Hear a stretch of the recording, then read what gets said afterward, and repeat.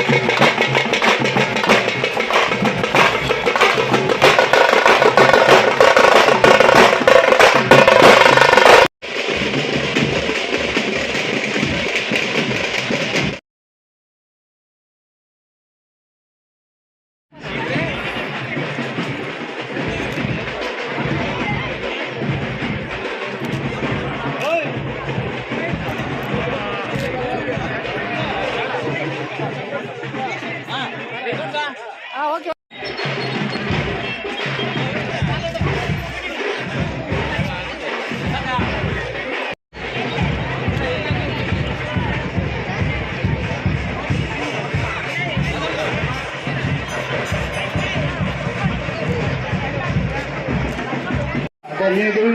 ಸಿರಿಸನೋವಿನ ಭೂಮಿ ಆಕಾಶದಾಗಲ ಕೋಲಿಂತ ಅಲವೇ ಆಕಾಶದಾಗಲ ಕೋಲಿಂತ ಅಲವೇ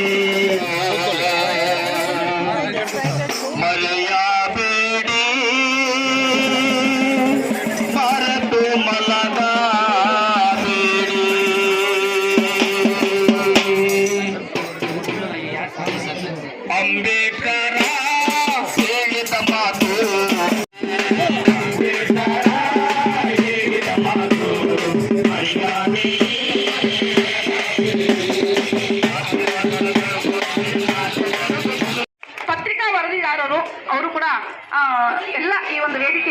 ಮತ್ತೆ ಎಲ್ಲರಿಗೂ ಕೂಡ ನಾನು ವೇದಿಕೆಯ ಗಣ್ಯರು ಕಾರ್ಯಕ್ರಮವನ್ನು ಉದ್ಘಾಟನೆ ಮಾಡಲಿದ್ದಾರೆ.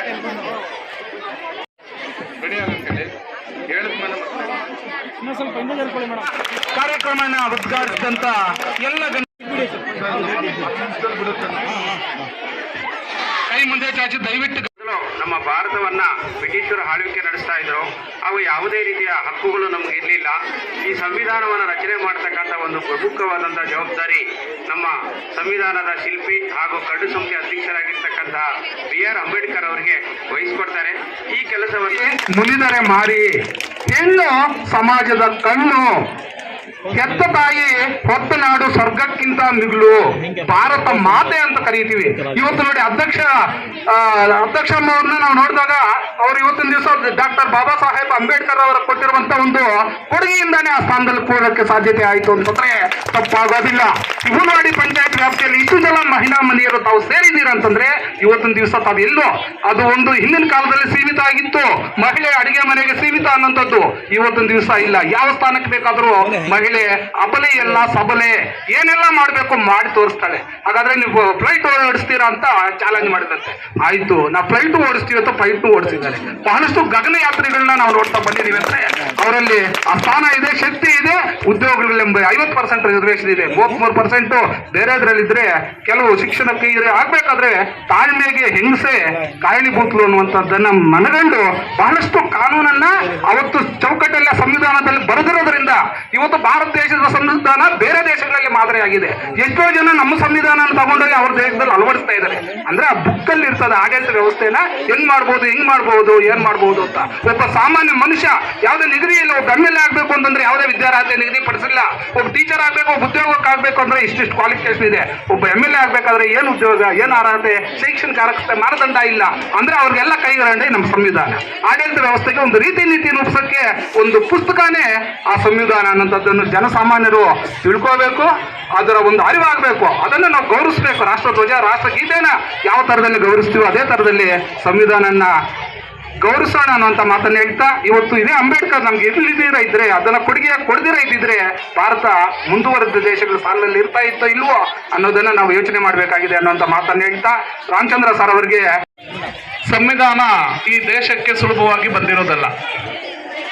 ಈ ದೇಶಕ್ಕೆ ಸಂವಿಧಾನ ಬರಬೇಕಾದ್ರೆ ಸ್ವತಂತ್ರದ ಪೂರ್ವದಲ್ಲಿ ಈ ದೇಶವನ್ನು ಅನೇಕ ಜನ ಆಳ್ತಾ ಇದ್ರು. ಅದೇ ರೀತಿ ಸ್ವತಂತ್ರ ಪೂರ್ವದಲ್ಲಿ ಬ್ರಿಟಿಷರು ಆಳ್ವಿಕೆ ಮಾಡ್ತಾ ಇದ್ರು. ಆಳ್ವಿಕೆ ಮಾಡ್ತಂಥ ಸಂದರ್ಭದಲ್ಲಿ ಏನು ನಮ್ಮ ಭಾರತ ದೇಶದ ಅನೇಕ ತ್ಯಾಗಮಯಿಗಳು ಸ್ವತಂತ್ರಕ್ಕಾಗಿ ಹೋರಾಟ ಮಾಡ್ತಾರೆ. ಆ ಹೋರಾಟ ಮಾಡಿದಂಥ ಸಂದರ್ಭದಲ್ಲಿ ಸ್ವತಂತ್ರ ಕೊಡೋದಕ್ಕೆ ಬ್ರಿಟಿಷರು ಒಪ್ಕೊಳ್ತಾರೆ. ಬ್ರಿಟಿಷರು ಒಪ್ಕೊಂಡಂಥ ಸಂದರ್ಭದಲ್ಲಿ ಸಾಮಾನ್ಯವಾಗಿ ಅವ್ರು ಒಪ್ಕೊಳ್ಳಿಲ್ಲ. ಯಾಕಂತ ಹೇಳಿದ್ರೆ ಭಾರತದಲ್ಲಿ ಅನೇಕ ಜಾತಿಗಳಿವೆ, ಅನೇಕ ಭಾಷೆಗಳಿವೆ, ಅನೇಕ ಧರ್ಮಗಳಿವೆ, ಅನೇಕ ರೀತಿಯ ಶೋಷಣೆಗಳಿವೆ. ಇದನ್ನೆಲ್ಲ ಮೀರಿ ನೀವು ಯಾವ ಥರ ಆಳ್ವಿಕೆ ನಡೆಸ್ತೀರಾ ಅಂತ ಹೇಳ್ಬಿಟ್ಟು ಮೊದಲನೇದಾಗಿ ಅವರೊಂದು ಪ್ರಸ್ತಾವನೆ ನೀಡ್ತಾರೆ ಬ್ರಿಟಿಷರು. ಆ ಇಟ್ಟಂಥ ಸಂದರ್ಭದಲ್ಲಿ ಆಗಿನ ಏನು ನೆಹರು ಅವರು ಇರ್ಬೋದು, ಸರ್ದಾರ್ ವಲ್ಲಭಭಾಯಿ ಪಟೇಲ್ ಇರ್ಬೋದು, ರಾಜೇಂದ್ರ ಪ್ರಸಾದ್ ಅವರು ಇರ್ಬೋದು, ಇವರೆಲ್ಲ ಸೇರಿ ಒಂದು ಸಂವಿಧಾನನ ರಚನೆ ಮಾಡಿ ಅವ್ರಿಗೆ ಅರ್ಪಿಸಬೇಕು ಅಂತ ಹೇಳ್ಬಿಟ್ಟಿದ್ದಾರೆ. ಒಂದು ಪ್ರವಾಸ ಮಾಡ್ತಾರೆ. ಆದರೆ ಆ ಸಂವಿಧಾನ ಬರೆಯತಕ್ಕಂಥ ಒಂದು ಶಕ್ತಿ ನಮ್ಮ ದೇಶದ ವಿದ್ವಾಂಸರಲ್ಲಿ ಯಾರಲ್ಲೂ ಇರಲಿಲ್ಲ ಆಗಿನ ಕಾಲಘಟ್ಟಕ್ಕೆ. ಆದರೆ ಅಷ್ಟೊತ್ತಿಗಾಗಲೇ ಬಾಬಾ ಸಾಹೇಬ್ ಅಂಬೇಡ್ಕರ್ ಅವರು ದೇಶದಲ್ಲಿ ವಿದೇಶದಲ್ಲೆಲ್ಲ ಹೋಗಿ ಉನ್ನತ ವ್ಯಾಸಂಗಗಳನ್ನು ಮಾಡಿ 14 ಡಿಗ್ರಿಗಳನ್ನು ಪಡೆದುಕೊಂಡು ಮಹಾಜ್ಞಾನಿಯಾಗಿರ್ತಾರೆ. ಅವರೊಬ್ಬರೇ ಈ ಸಂವಿಧಾನ ಬರೋಕ್ಕೆ ಅರ್ಹರು ಅಂತ ಹೇಳ್ಬಿಟ್ಟಿದ್ದೇನೆ. ಇಂಗ್ಲೆಂಡಿನ ಒಬ್ಬ ಸಂವಿಧಾನ ಸಂಸ್ಥಾಪಕರು ಸೂಚಿಸಿದಾಗ ರಾಜೇಂದ್ರ ಪ್ರಸಾದ್, ವಲ್ಲಭಭಾಯಿ ಪಟೇಲ್, ನೆಹರು ಅವರು ಸೀದಾ ಹೋಗಿ ಬಾಬಾ ಸಾಹೇಬ್ ಅಂಬೇಡ್ಕರ್ನವ್ರು ಕೇಳ್ತಾರೆ. ಬಾಬಾ ಸಾಹೇಬ್ ಅಂಬೇಡ್ಕರ್ ಅಷ್ಟೊತ್ತಿಗಾಗಲೇ ಸ್ವತಂತ್ರ ಬರೋದಕ್ಕೆ 3 ದುಂಡು ಮೇಜಿನ ಸಭೆಗಳಲ್ಲಿ ಈ ದೇಶದ ಸ್ಥಿತಿಗತಿಗಳ ಬಗ್ಗೆ ವಾದ ವಿವಾದಗಳನ್ನು ಮಾಡಿರ್ತಾರೆ. ಆ ವಾದಗಳನ್ನು ಮಂಡನೆ ಮಾಡೋ ಮುಖಾಂತರ ಬ್ರಿಟಿಷರು ಸ್ವತಂತ್ರ ಕೊಡೋದಕ್ಕೆ ಒಪ್ಕೊಳ್ಳೋದು ಹೋರಾಟದಿಂದಲ್ಲ. ಹಾಗಾಗಿ ಬಾಬಾ ಸಾಹೇಬ್ರಿಗೂ ಗೊತ್ತಿತ್ತು, ಹೌದು ನಾನು ಈ ದೇಶಕ್ಕೆ ಏನೋ ಒಂದು ಕೊಡುಗೆ ಕೊಡ್ಬೇಕಂತ ಹೇಳ್ಬಿಟ್ಟಿದ್ದೇನೆ. ಅವರು ಸಂಕಲ್ಪ ಮಾಡಿ ಆ ಸಂವಿಧಾನ ಬರೆಯೋದು.